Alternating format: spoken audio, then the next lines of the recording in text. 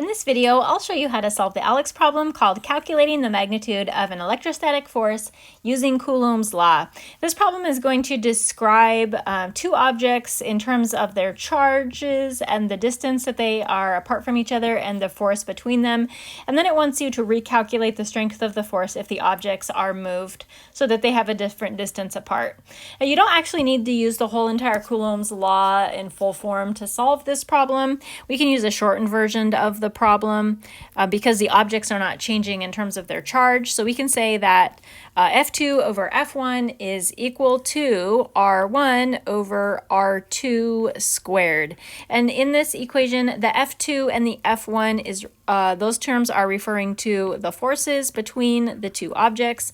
The 1 and the 2 are going to be referring to the different scenarios, the initial situation and the final situation. And then the R is referring to the distances between the two objects in those two scenarios. So let's go through the problem and let's first of all kind of cross out. We're not going to be using charges to calculate this. We're just going to be looking at the distances and the forces.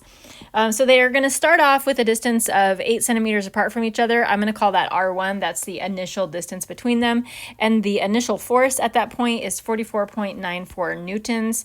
And then they get moved so that they're 4 centimeters apart from each other. That's the new distance. I'm going to call that R2. And then it wants us to calculate the force, the new force, which is going to be my F2. So down here in this equation, F2 is the thing I don't know. F1 is 44.94 newtons. That's a unit of force.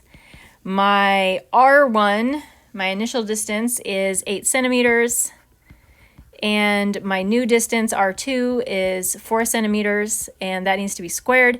Now you might be wondering, do I need to convert these into meters in order to make them work in the problem? And you don't. You don't need to convert the units on these as long as both of these distances have the exact same unit, because look at that magic. They're just, the units are just going to cancel out. So as long as they have the same unit, you're good to go.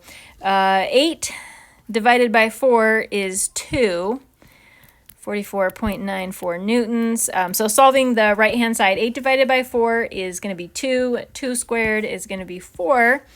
And to solve this problem, I'm just going to cross multiply here. F2 is going to be 4 times 44.94 newtons. I'll use my calculator for that. 4 times 44.94. F2 is 179.76 newtons. ALEKS wants 2 sig figs, so that's going to be 1.8 times 10 to the 2 newtons.